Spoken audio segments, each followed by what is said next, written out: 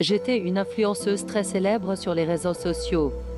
Puis j'ai annoncé à mes abonnés que j'étais enceinte et je savais que je serais plus populaire et que j'attirerais l'attention. Félicitations, vous avez une petite fille en bonne santé. Mon bébé ne ressemblait à rien, elle ne me ressemblait pas du tout et surtout, elle était très laide. Êtes-vous sûr que c'est mon bébé? Oui madame, ce bébé est bien le vôtre. Dès que le médecin est parti, j'ai su ce que je devais faire. Quelques jours plus tard, je l'ai amenée à la plage.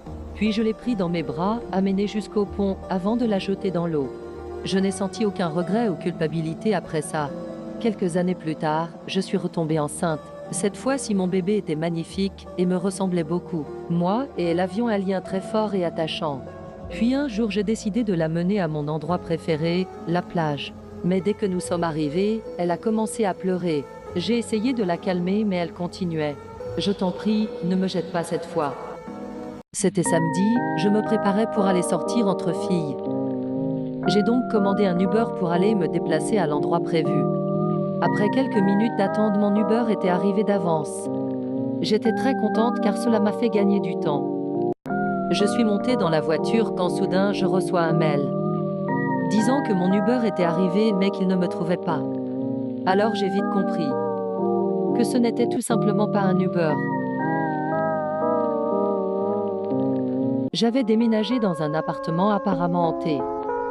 Aucune lumière était allumée. L'immeuble était assez isolé. Et en plus, il n'y avait personne comme réceptionniste. Après une longue journée à ranger mes objets dans mon logement, je suis finalement allée dormir. Mais tout d'un coup, je me suis retrouvée à parler avec une personne. Et quand je la parlais, elle me disait rien mais buvait juste son thé. Je trouvais ça bizarre et je commençais à avoir un mauvais pressentiment. Soudainement, elle s'est levée et dit « Nous t'observons, Mila ». Et elle disparut aussitôt. J'avais tellement eu peur que j'étais retournée dans ma chambre. Et qu'est-ce qu'elle voulait dire par « Nous t'observons ». Le lendemain, j'étais heureuse de découvrir que c'était qu'un cauchemar. Alors que je me prenais quelque chose à manger. C'est là que je remarqua 2 verres de thé sur ma table. Donc,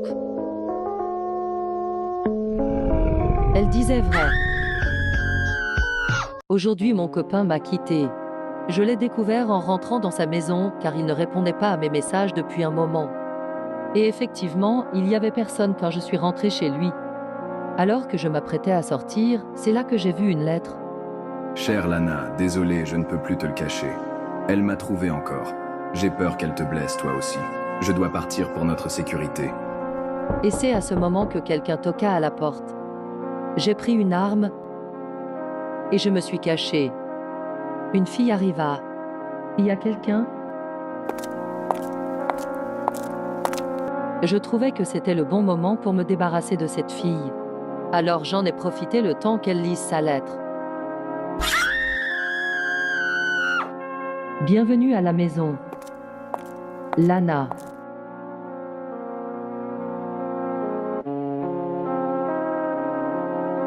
Parfois le téléphone sonnait pendant la nuit, ce qui m'obligeait à me réveiller pour aller répondre.